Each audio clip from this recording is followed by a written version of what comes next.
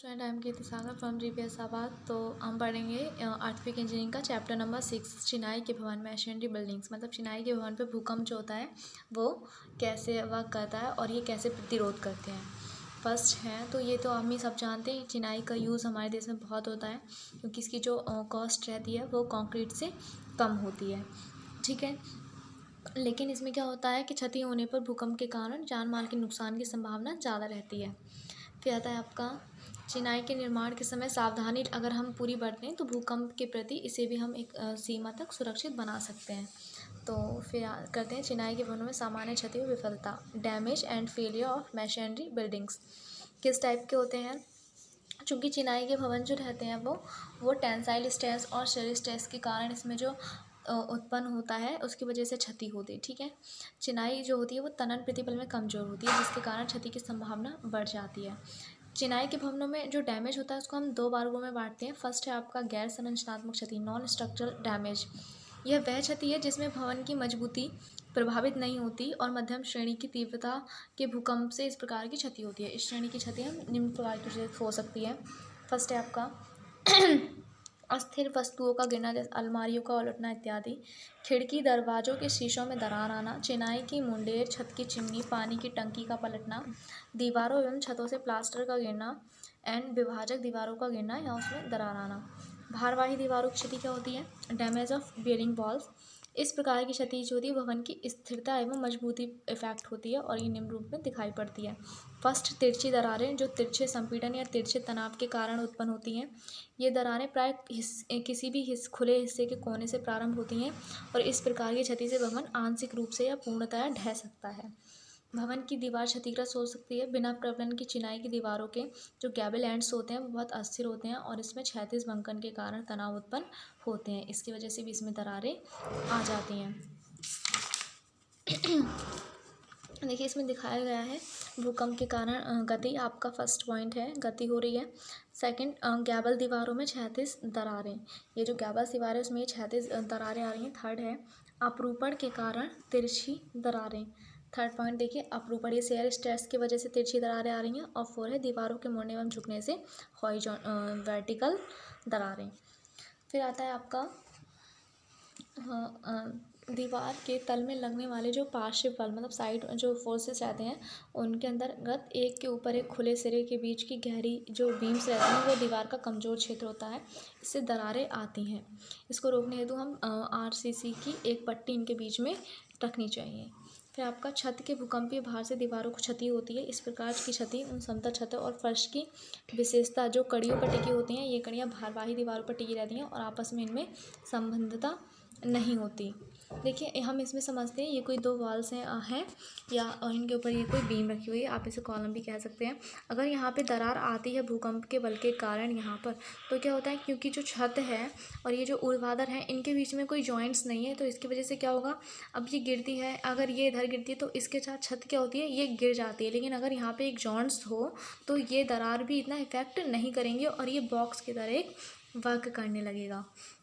फिर आता है जिन भवनों की योजना में समरूपता नहीं होती वहाँ पर असमरूपता के कारण ट्विस्ट के कारण क्षति होती है और इस प्रकार की क्षति में समस्त दीवारों में शियर के कारण दरारें उत्पन्न हो जाती हैं। कोनों पर भारी क्षति होती है। देखिए ये कोने ही हैं। दरवाजे और खिड़कियों के मेहराबों में दरारें आ जाती हैं। धरती की अगर तीव्र दीर्घकालीन अधिक गतिशीलता के कारण निम्न क्रियाएँ होती हैं जिससे भवन की स्थिरता प्रभावित होती है। दरारें चौड़ी होती हैं। चिनाई की विभिन्न इकाइयाँ पृथक हो जाती हैं। स्तंभ के स्थान की गई चिनाइयों के इकाइयों गिरने से दीवार आंशिक रूप से गिर जाती है और उनके कुछ खाली जगह बन जाती है। स्तंभ अगर ढह जाते हैं तो मेहराब के बीच की चिनाई भी गिर जाती है। कैंटिलीवर प्रक्रिया के कारण गैबल चिनाई गिर जाती है। कोनों पर और मध्य की टी जोड़ पर दीवारें पृथक हो जाती हैं। आंशिक रूप से छत गिर जाती है। छत दीवार के सिरे से ऊपर से फिसल जाती है अथवा छत की बीम गिर जाती है, जो ये वाला है देखिए। फिर है खिड़की और दरवाजों के बीच खुले हिस्से के आर पार की छत के लिए उपयोग में लाई गई मेहराबें पूर्णतया ढह जाती हैं। नेक्स्ट है आपका छत एवं फर्श का क्षतिग्रस्त होना, failure of roofs and floors. भूकंपीय बलों के कारण छत एवं फर्श में निम्न विधियों से क्षति हो सकती है। छत की आवरण सामग्री उखड़ जाती है अगर ये बहुत ज़्यादा हल्की होती है, ठीक है, और ये क्या होती है, जड़त्व का वो बल नहीं रखती, मतलब ये जॉइंट्स नहीं होते हैं तो ये उखड़ जाती है, और ये ढलवा छतों में ज़्यादा होती है जो मिट्टी के खपरेल प्रयोग में लाए जाते हैं। सॉरी। छत और उसके आधार की कमजोरी के कारण छत की कहची अपने आधार से पृथक हो जाती हैं। ग्रामीण क्षेत्रों की भारी भतें जहाँ लकड़ी की बीम्स पर मिट्टी की मोटी परत चढ़ाते हैं, वहाँ क्या होता है, बहुत दीवार के शीर्ष पर भारी जड़त्व बल उत्पन्न होते हैं, जिससे अधिक तीव्रता के भूकंप में छत ढह जाती है। फिर आता है आपका चिनाई के भवनों में क्षति के कारण, causes of damage in machinery buildings. First है, भवन के कुछ कुछ स्टिफ्स होते हैं और भारी भार के होते हैं, और अगर उनमें टेंसाइल स्ट्रेंथ कम है तो निम्न श्रेणी की भवन सामग्री उपयोग करते हैं तब भी गिर जाती हैं। बहुत कम तनन सामर्थ्य वाले घटिया मसाले के उपयोग के कारण, कम अपरूपण शक्ति वाले मसाले के उपयोग के कारण भवन सामग्री का टेंसाइल एवं संपीड़न में भंग व्यवहार, दीवारों के बीच में आप कमजोर जोड़, छत, और ये स्पेशली जो बात कर रहे हैं ये 90 डिग्री पर बात कर रहे हैं हम, जहाँ पे दो दीवारें जुड़ती हैं।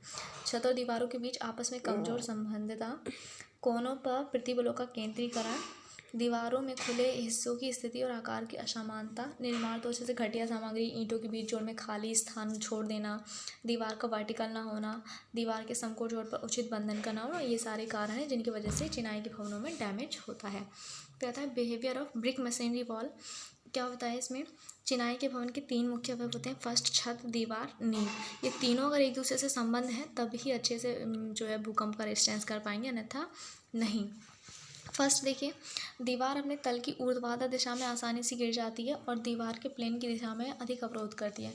डायग्राम से समझते हैं। देखिए ये कोई ये वॉल, छत, ये तो आपको पता ही है। ये फर्स्ट डायग्राम देखिए आप, अगर क्षैतिज दिशा में क्या होता है, क्षैतिज दिशा में अगर ये भूकंप की दिशा है और ये क्षैतिज क्या कर रही है, मूवमेंट कर रही है, तो ये वीक डायरेक्शन नहीं है, ये स्ट्रोक डायरेक्शन है, दीवार नहीं गिरेगी।